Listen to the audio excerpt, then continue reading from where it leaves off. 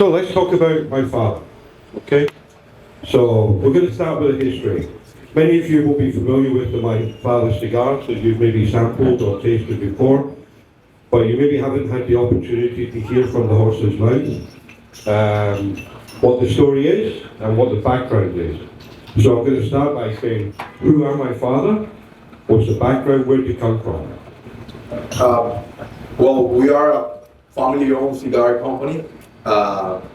The story of my father begins in Cuba, where we are from. My dad, my grandfather, who is the patriarch of the family, his uncle had a cigar factory. We're talking 1940s in Cuba, and that's where my grandfather started rolling cigars in 1961 when he was 11 years old. Then he went to the state-owned cigar companies of Cuba, and that's where he developed most of his career in Cuba. In the 1970s and 80s, he achieved basically every award that you can think of as a cigar roller.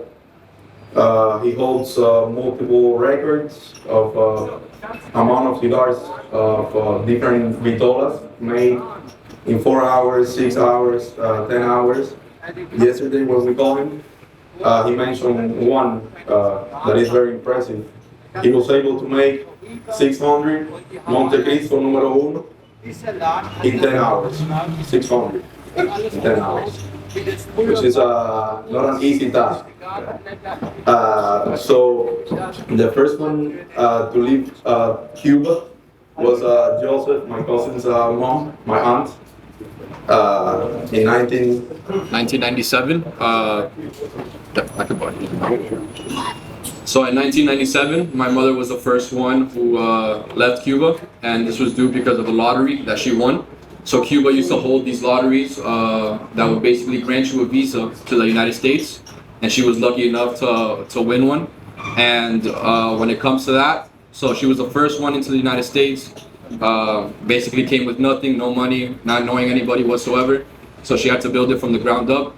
She worked 2-3 jobs at a time to maintain and kind of get the money to get the family over here, get them all together once and for all, just like they all had wished for.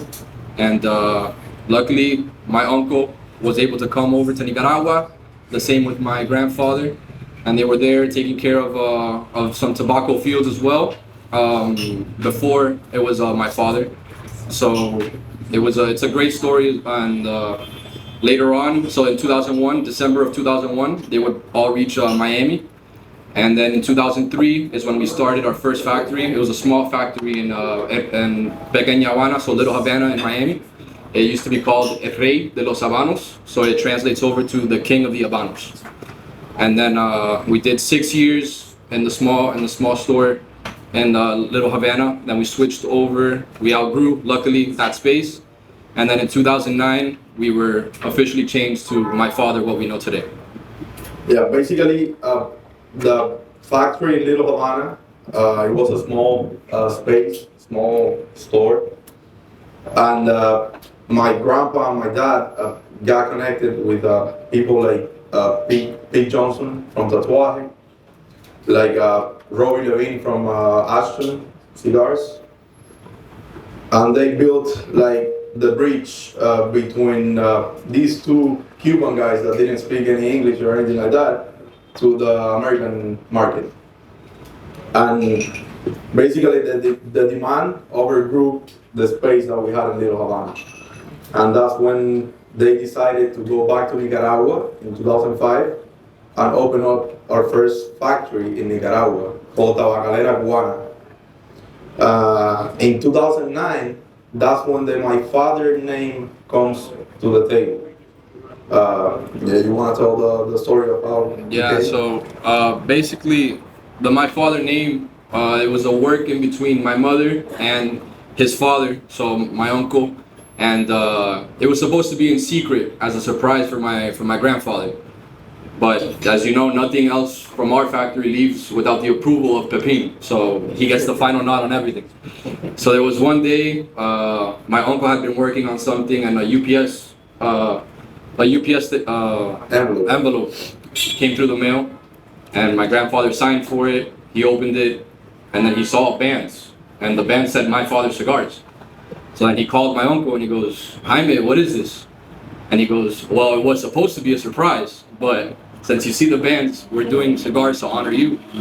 So they wanted to honor him and honor his name and his legacy while he was still alive. So it's something that we take very seriously in honoring the people that came before us, and especially honoring them while they're alive so that they can see all the impact that they've made in our lives.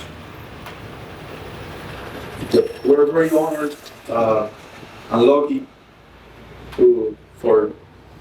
we're 3 generations working together towards the same goal, and we're very lucky for that. Joseph oversees everything that happens in the U.S. and now internationally. I'm more in Nicaragua and now Honduras with a new venture that we have over there, and that's how we have kind of divided ourselves to cover every single ground that we can. Well, so that's the background. And very much, Miami was the start of Miami. And we've talked about in the past about where you want to open up a cigar rolling business in Havana. How do you go about sourcing the tobacco?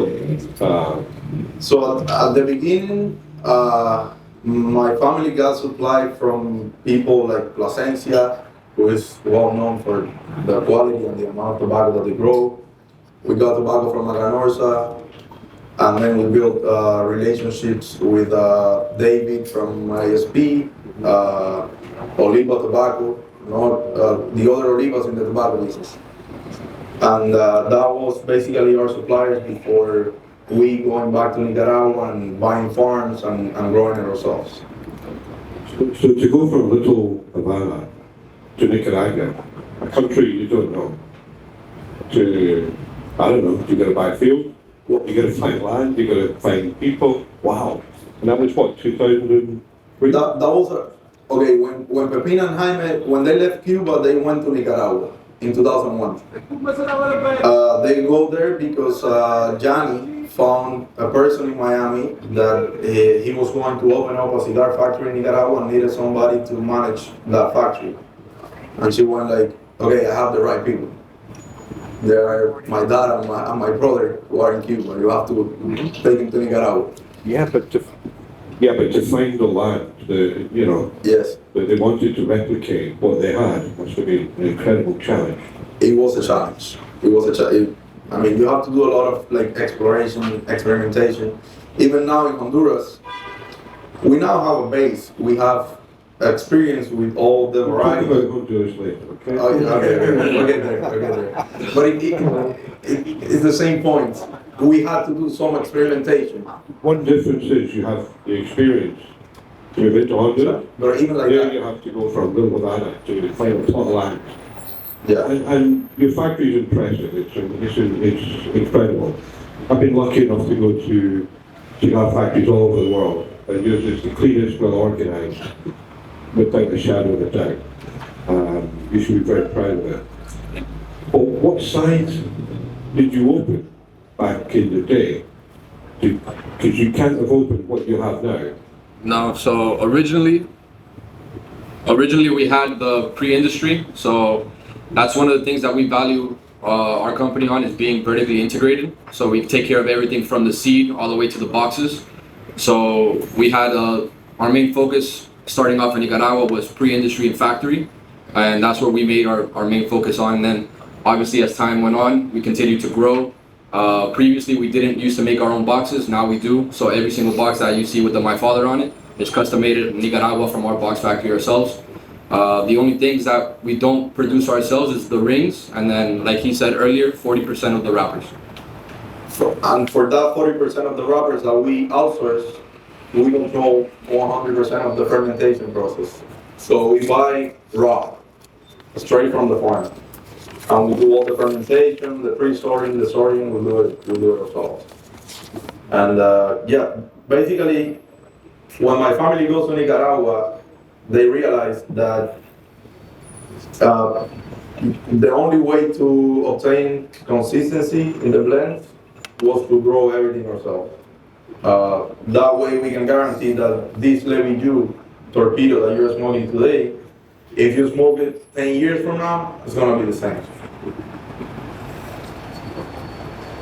And actually, I'd say I'm not a master blender by any shape of the imagination, as you know. But I think that's one of the hardest skills. People think of master blenders with new blends and this and that, but actually replicating what you have in 2005 to make the same again in 2015 and again in 2025 must be an incredible challenge. In my opinion, the term master blender is very big. Those are big shoes to fill. You have to know your soil. You have to know how the weather that year affected that tobacco that you had in that soil. You have to know that not all of the lots in the farm are the same or give you the same. You have to know 100% of the fermentation process. I'm not talking about going there once every 3 months. I'm talking about being there every single day, know how to flip a pilon, how to raise the temperature, how to apply this, how to move that. And then you have to go to the factory and know how to do everything in the factory. Because when you're making a cigar, even the positions, like put the leaves, if you do the accordion, if you do tubing, whatever method you do, it affects the way that cigar smokes. So master blender, to be a master blender, you have to cover all of that and master all of that. And I think only very few people can hold that title. Yeah, and yeah, it always amazes me how you can keep the consistency in the brand profile, the taste profile, year after year after year. It must be an incredible challenge. With a natural product growing different every year to different climates, different conditions. So anyway, so moving to where my father really springboarded into life was 2012, when you got your first number one cigar in the world with the Flor d'Antilles Coral, which was what's the word I'm looking for? Reflection back to Cuba. And to me in the UK, I think that was the change of people starting to realise Nicaragua wasn't all about kick-ass, full spice cigars, because up until probably 2012, that's what people imagined. They saw Dominican cigars as being mild and creamy. Cuban had their own profile. Nicaraguans at that time were considered to be kick-ass spicy. And then along came Flor d'Antilles with a completely different profile, mild medium, very creamy cigar with a little bit of a kick. And I think that kind of woke people up to Nicaragua actually has more to offer than just full bodied. You then followed up with two more number ones. The number one you're smoking tonight from 2015, the Bijou 1922 Torpedo. And then they have the current number one, the Judge 2024. So 3 number ones. There's only been 10 in Nicaragua. There's only been 21 ever. So you have 3, yeah, which is pretty impressive. So that's elevated your business incredibly and put you under tremendous pressure. So what kind of volume do your rollers make a day in Nicaragua? Our average pair of roller, because in Nicaragua we work in pairs or in cadena, like we was called in Cuba, is 350 per day. In the My Father factory, we make about 100,000 cigars per day.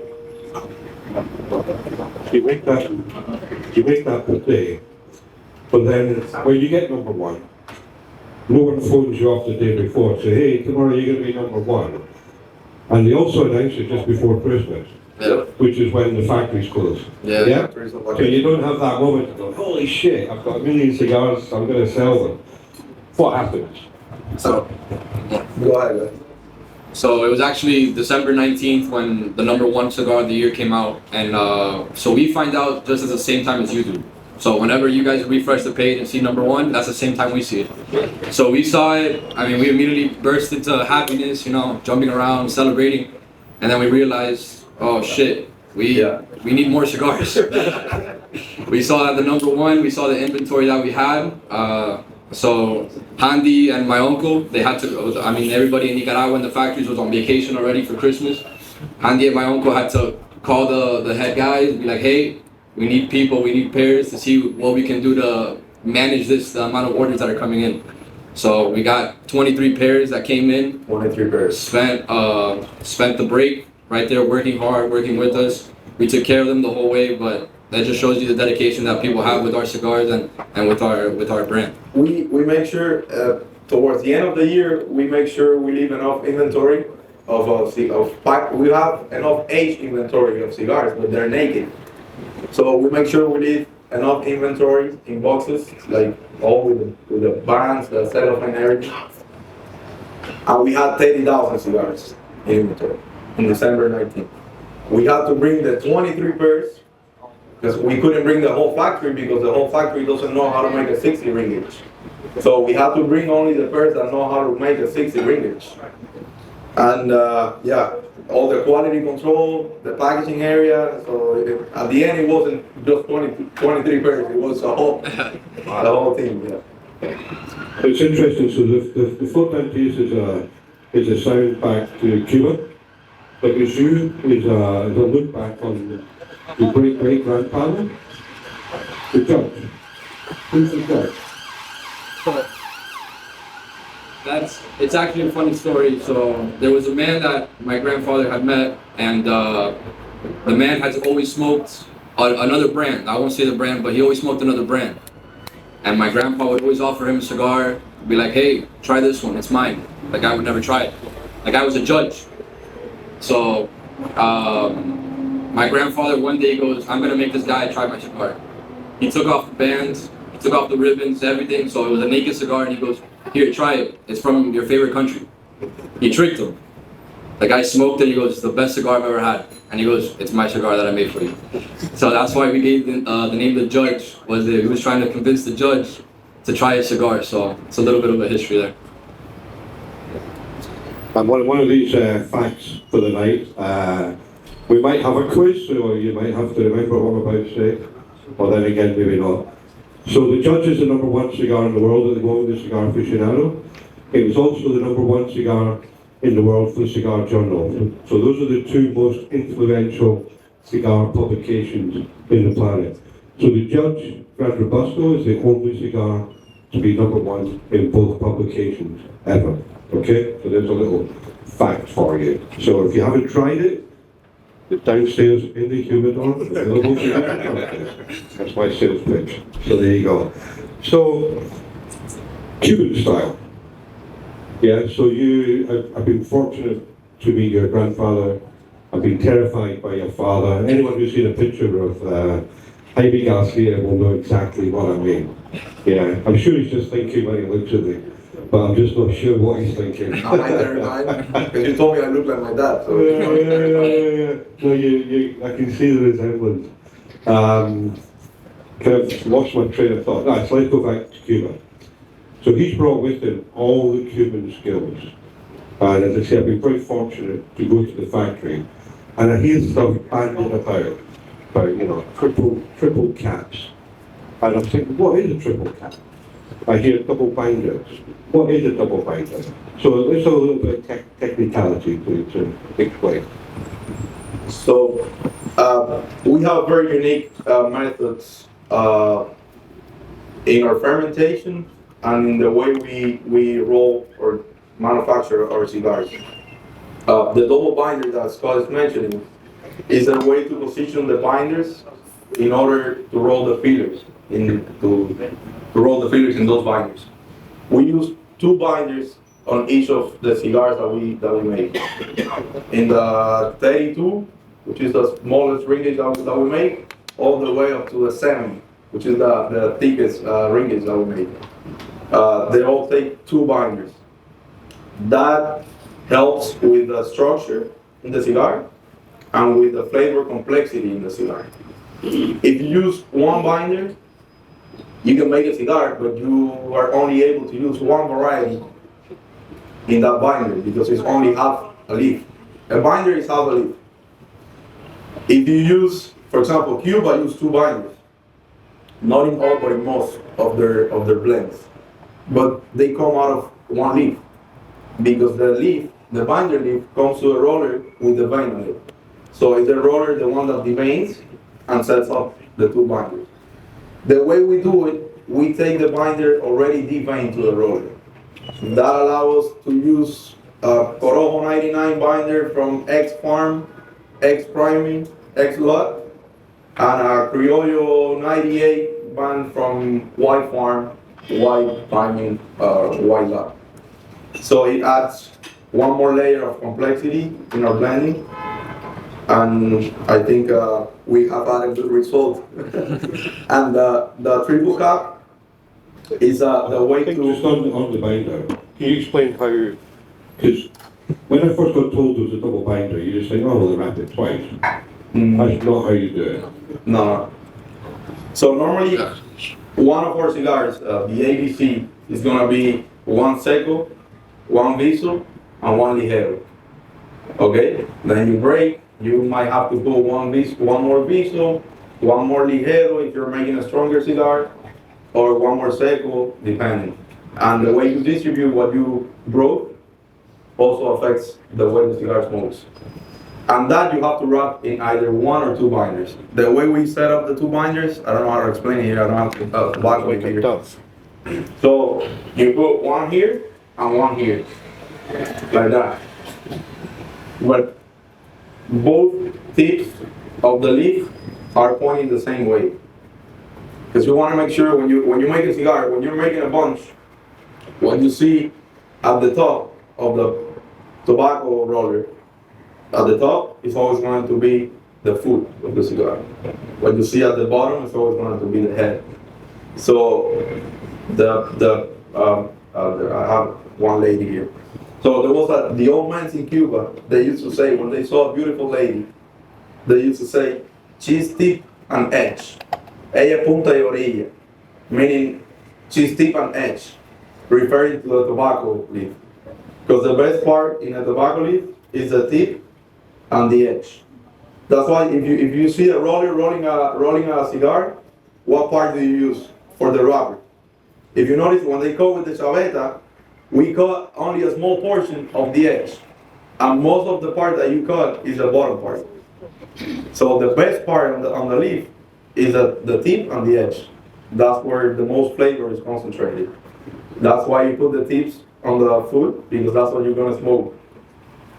That's why most of them start stronger, and they become smoother, kind of thing. You kind of get used to them towards the end.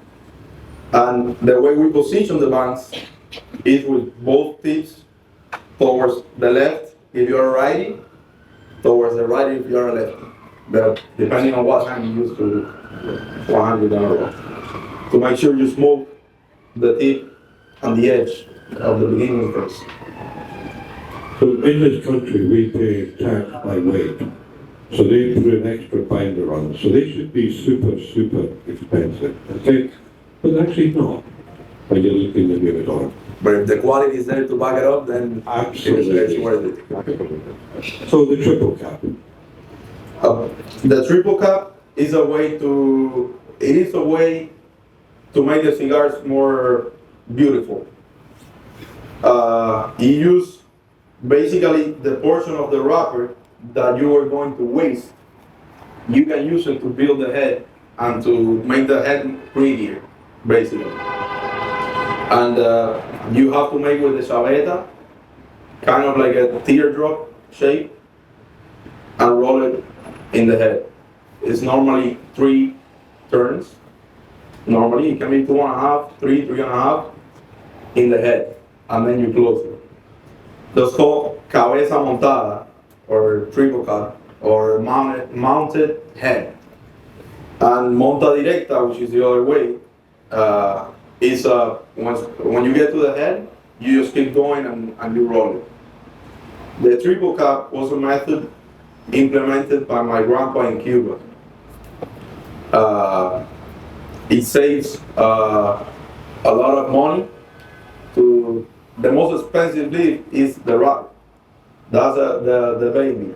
The baby. It cannot have any stains because it has to be perfect.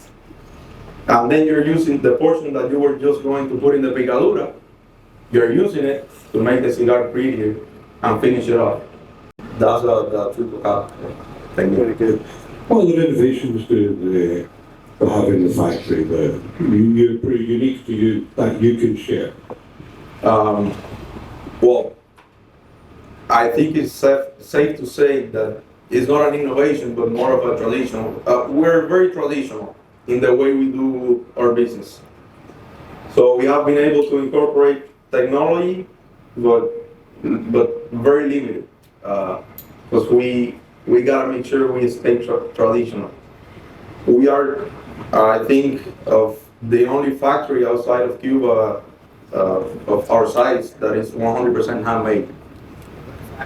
You've been there multiple times and you haven't seen any machines there. You know, I was going to ask you, other than a forklift. Yeah, other than a forklift? I don't think I've seen a machine in your factory. That might be the only machine we got. Yeah? Yeah. It was in 2023 was when we first set up the draw machines.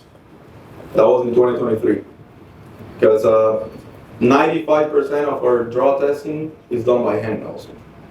So when you're quality control in our factory, you gotta know enough to make sure the cigars that come out of the area that you're overlooking, that they come out perfect, like they're supposed to be.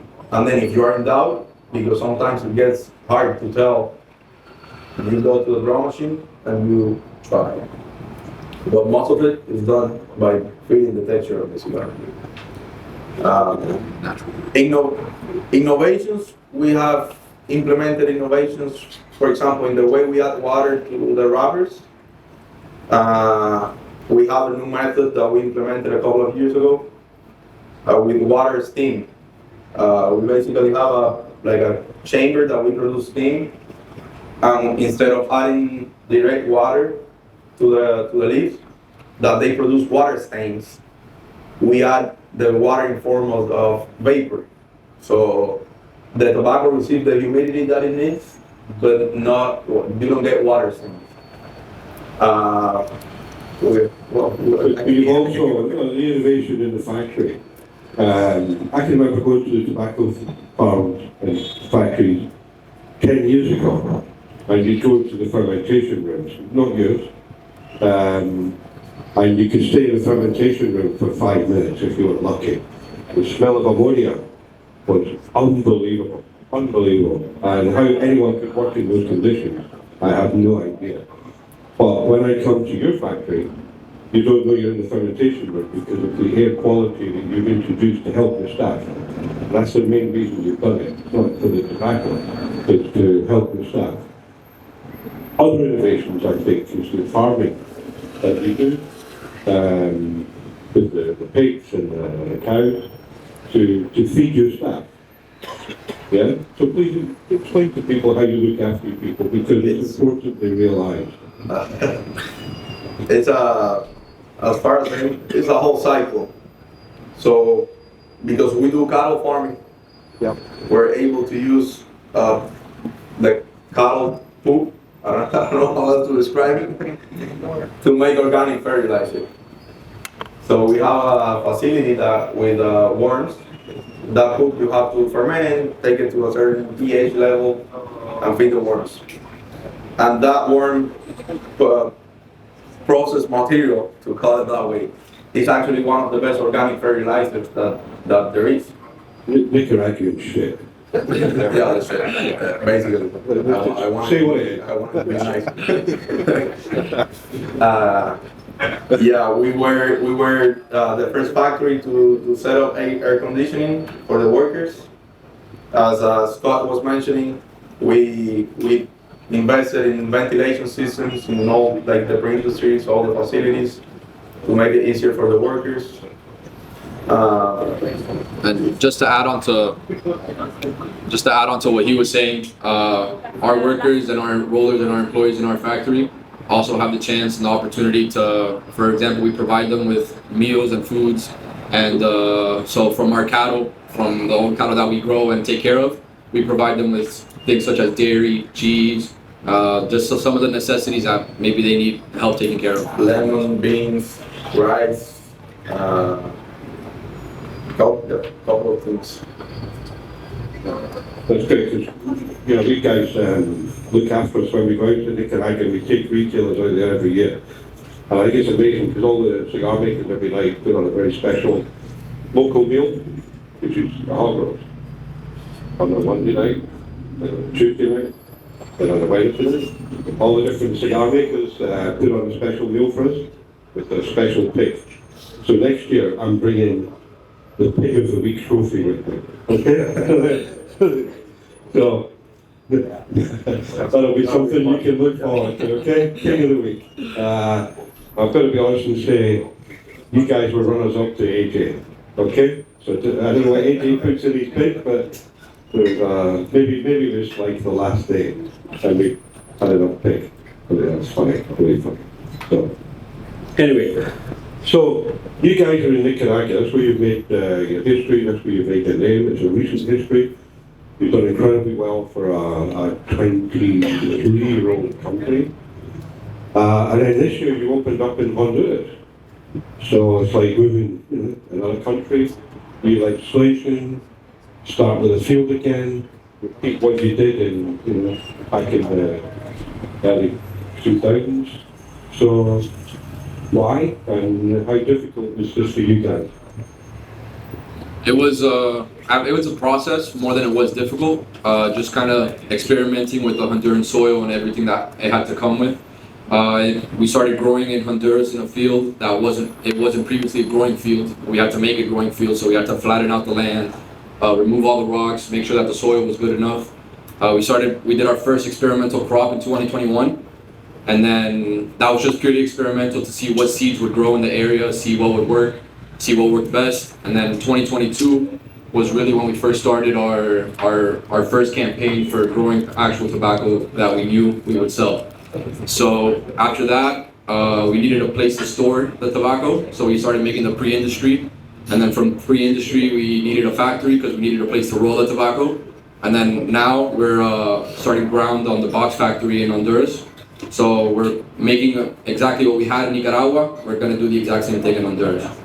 And hopefully soon, depending on how Scott wants to release it, you guys are able to enjoy that Honduran cigar.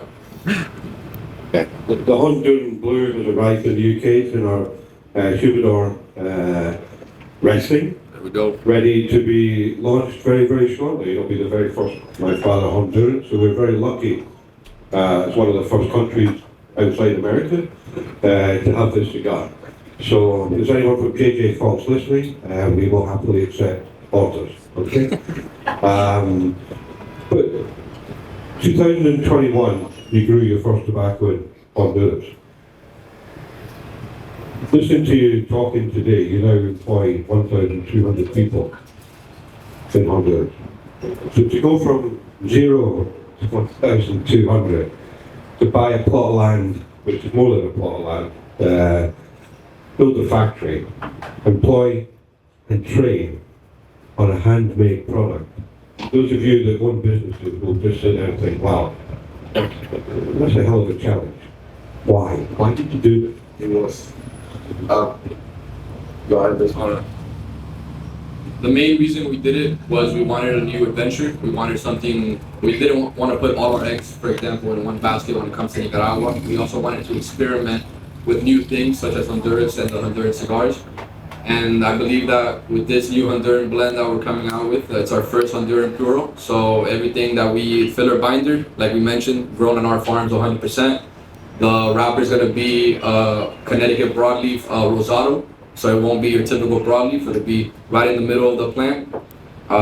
It's going to be a great smoke for you guys to enjoy. And now with the blessing that we have with being able to grow tobacco in Honduras, now we're going to be able to get Honduran tobacco, Nicaraguan tobacco, and kind of play around with the blends and make something special for you guys. You're talking about the family. So when you guys are in Nicaragua, you're all sitting around the table every night. So I guess you're having a board meeting. Yeah? And you've got Don Pepe, and you've got Jaime, Jandy. Don Pepin on this side of the head of the table, and Jaime there, then Maria, then me, and then Jandy, and then Joseph. Yeah, we have assigned seats. We have assigned seats. You cannot violate that. You have to sit in your seat, or otherwise I kick you out. Stand up and go to your place. Do you talk about anything other than cigars at dinner? So I'll say 99% of the time is tobacco.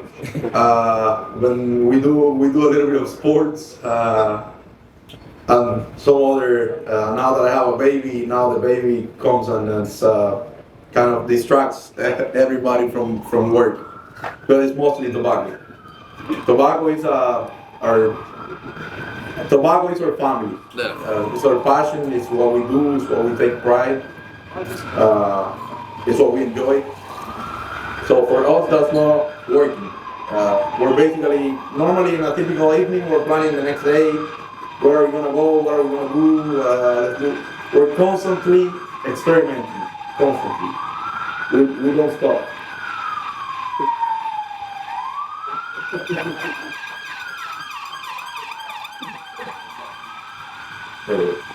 I'm not going to compete. So this is where the ideas happen, yeah? Yes. This is where Honduras. Somebody said, hey, let me open a factory in Honduras. And they go, oh, no, that's a crazy idea. And then the next night, yeah, I've thought about it. Is that what happens in reality? Normally, and we're lucky now that we have been involved for a couple of years in the family business to have our own opinion and bring an opinion to that table. In my family, once something is decided, when we say, okay, when the patriarchs say, this is what we're gonna do, we all forget that different idea that you have, and we all go there. And we try, and we do our best to get it right. And who makes the final decision? That's always Pepin. Pepin and my uncle, so his father, always make the final decisions. Nothing leaves the factory without their stamp of approval, and if it did, it wouldn't be my father. Yeah. So I read there's 7 grandkids. So I'm going to speculate that with Jose, Jaime, Jandy, we start with a J. Joseph, the other 5 grandkids all start with J. Yeah. Wow. Right. The grandkid, Yeah, your son, my son is James. James. Yeah. So there's a theme occurring here, okay? So you have a list in the factory of all the names beginning with J. Yeah. So, amazing. So what's next, guys? What's next for us is, the opportunity now, like I mentioned before, to play with Honduran and Nicaraguan tobacco. Give you guys a little bit of a different profile than what you're used to when it comes to My Father. You're going to see it for yourself whenever you smoke that My Father's Blue when it does come out. It's not a typical My Father, and it's not a typical cigar from Honduras. You're going to take a little bit more of an appreciation to that. And so the playing and the constant blending with Nicaraguan and Honduran tobacco is something that we're very interested in, and it's going to be very exciting for the near future. Yep. As Joseph was saying, we want to develop the Honduran projects. We want to put it to fly. The blue was a good start, and we also have a lot of good things. We're cooking up some stuff for next year, and the other year that we already have in the, they are work in progress. Very good. Listen, guys, I'm going to open up to the floor now. If anyone's got any questions you'd like to ask the gentlemen, please. Yes, sure. Yes, I got a question for Andy. Is that correct, Andy? Yeah, that's correct. Yeah, you're pretty modest, but you're a blender too. You made one, I think it's something Años blend. Can you speak a little bit about that? Thank you for calling me blender. I don't consider myself a blender. But yeah, I've been involved in the most recent stuff that we have released. And the 100 años was, yeah. The 100 años was a special project that was put in my hand. And obviously I got the approval from Papi and Abuelo. But I did the blending. They helped me. Yeah, it was a fun project to work with them. And in the future, you're gonna see stuff from us. Yeah, he's very modest and humble about it, like you said, but he's the one that had the idea about that Corona size and about that blend. So he'll play it down, but he plays a big role in what we do. And I thank God that every day that I have this guy right next to me. So. And I'm lucky to have you. Wow. I'm glad I'm in the middle. So, any further questions from the group? Yes, sir. Scott, I'll take the mic. Yeah, sure. Thank you, Carol. Thank you. Actually, just two questions, if you don't mind. How do you come up with the names like Fonseca, the Brazil, stuff like that? And second question is that do you actually smoke some of the other cigars apart from yours? Well, yeah, so. I'll take it. Yeah, so when we come up with the names, for example, the Le Bijou or the Fonseca was actually an old Cuban brand that was made by Cuba, and then it was later made by the Quesada sisters, and then we purchased that brand from them. And then my grandfather always loves the Cuban names, loves the classic Cuban heritage, and I remember he grew up rolling all of those cigars. So for him, it was very honorable and very nice to be able to get that name and for us to make a cigar with the Fonseca name. For example, you also mentioned the Le Bijou. The Le Bijou translates to the jewel in English. So for the 1922 on the Le Bijou, again, reflects to my grandfather's father. So it was basically calling my grandfather's father the jewel of our family. And that's how we get the name of it from there. For example, the Flor de las Antillas, it translates to flower of the Antillas. That's plain like honoring our home, our roots, our home country, which is Cuba, which is the flower of the Antilles. And then, as far as you said, the other question, I'll smoke stuff that we make, but I'll smoke stuff that we make. But you always got to know what the competition has out there, so you got to explore. You know what I mean? We'll try. I'll try something that other manufacturers give us to try. All the time I'm smoking hours. Those are the ones I enjoy the most. But yeah, I've tried Cubans, I've tried stuff from all the manufacturers. So thank you. Any more questions from the group? Yeah, another one? Sorry, I'm a big fan. Yeah, so your mother and your father have the 20th anniversary. It's not out in England yet. The JJ. The JJ 20th anniversary for your father and your mother. Tell me a little about that cigar. I've seen it out there. I know it's in the US, but it's really hard to get up. I don't think you made that much production. I don't think. We made 2,500 boxes. It's a total size, 6.5 by 52. It's got a Corojo wrapper in both of the cigars. So the cigars, most of the boxes are 6.5 by 52 parejo, but we have one Salomon or one Figurado in there. And as well as you can see, the Don Pepin JJ, that 20th anniversary. So the reason it's named JJ, just as an answer back to his question as well, because it's named after Jaime and Jandy. So it's named after Pepin's two kids. That's why it's called JJ. And as well, with the flavor profile of that cigar, with a lot of the Don Pepins and the Don Pepin line, you're gonna find a lot of Corojo wrapper. And that's typically because that's his favorite kind of wrapper. So that's his favorite wrapper from when he used to smoke in Cuba, what he's most familiar with, what he likes to play with the most. And you can tell in our other blends as well, you can tell kind of what Jaime's favorite wrapper is because he plays a lot with broadleaf. So kind of everybody has their own little taste to it when they make their cigars. That JJ has a very special strain of tobacco that we grow, called Pelo de Oro. We have the original seed, and we grow it. We can only grow a small portion of it. That's why we use it only for limited edition stuff. Pelo de Oro is a hard tobacco to work with. It attracts every single illness that affects tobacco. It attracts it. The fermentation process for Pelo de Oro is different and longer than the fermentation process for any other variety.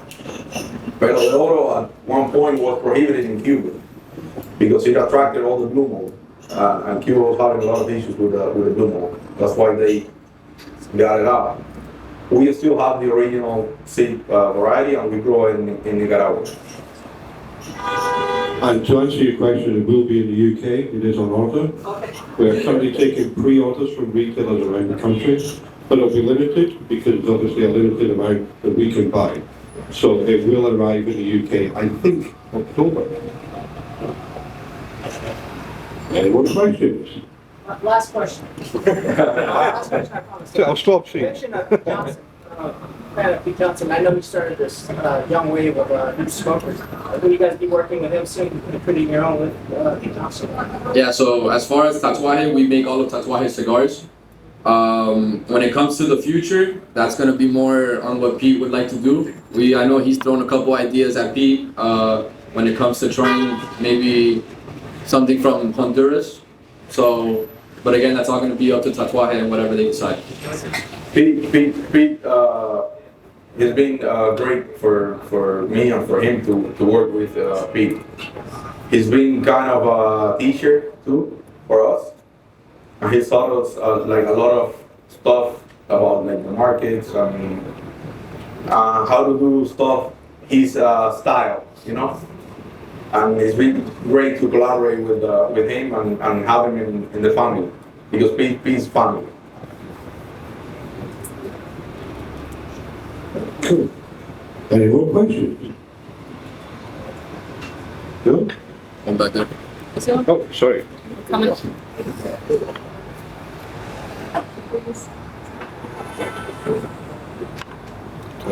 One question, rather a comment. It's great to see that it's a family business and that the both of you are young and representing your family and what your product is. It's been really entertaining, and I just want to say thank you. Thank you. I appreciate Thank it, you. brother. Thank you. Thank you.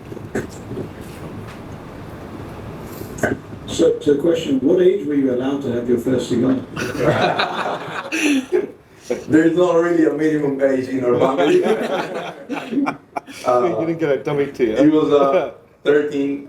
Well, I had an earlier experience with tobacco. I was really, really young. It was in Cuba. My mom wanted to kill my dad. Because they were making cigars and I was there, Papa, babaco, and he made me puff one cigar.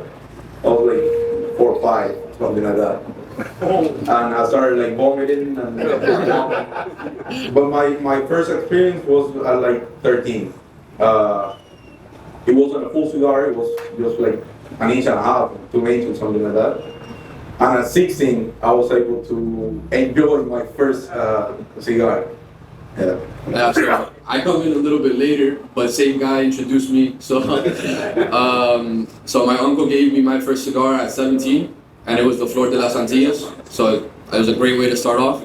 But yeah, at 17, and then from there on, it took off. Very good. I'm sure if we went round the room, there'd be some really bizarre ages. Yeah. So, any more questions for these young gentlemen? Before we have Omar back on the guitar entertaining us? Actually, who makes the decision about cigars being pressed, or is it just something that comes? It's something that comes. For example, the newest one that we released, or this one is box press. The newest one that we released in Honduras is also box press. It comes out to aesthetics. Some smokers like to have like the kind of like the square shape on their mouth, and also some blends work better when they're box pressed. You hardly see a Connecticut cigar box pressed because that technique doesn't work with that wrapper. You can do it, but you're gonna have a lot of breakage in the factory. So normally, box pressed cigars have a wrapper with body that allows you to put it there, press it down, and get it to that square shape. If you do it to a Connecticut or something like that, you're gonna break it. you're able to do it and release it and sell it, but back in the factory, you're gonna have a lot of waste and a lot of breakage. Otherwise, that's kind of the idea behind the box press. Guys, I'd like you to all just say thank you to Andy and to Joseph for their time tonight. As a UK partner, it's been a privilege to be with you the last couple of days. Normally the shoes on the other foot when we go to Nicaragua, they look after us incredibly well. They give us cigars, they give us rum, and they give us pigs. We have to win that #1 pig of the year. You gotta win it. That's more important than cigar aficionado. The pig of the week. So anyway, guys, thank you. They're here all night. So if you've got any questions and you want a one-to-one, you want your picture for social media or whatever you want to do nowadays, they're here. But thank you very much indeed, gentlemen.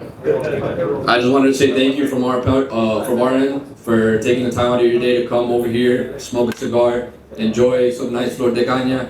So I really appreciate you guys, because if it wasn't for you guys smoking our cigars, we'd just be making cigars for fun. So I really appreciate it. Thank you. Thank you for your support. Okay. Thank you.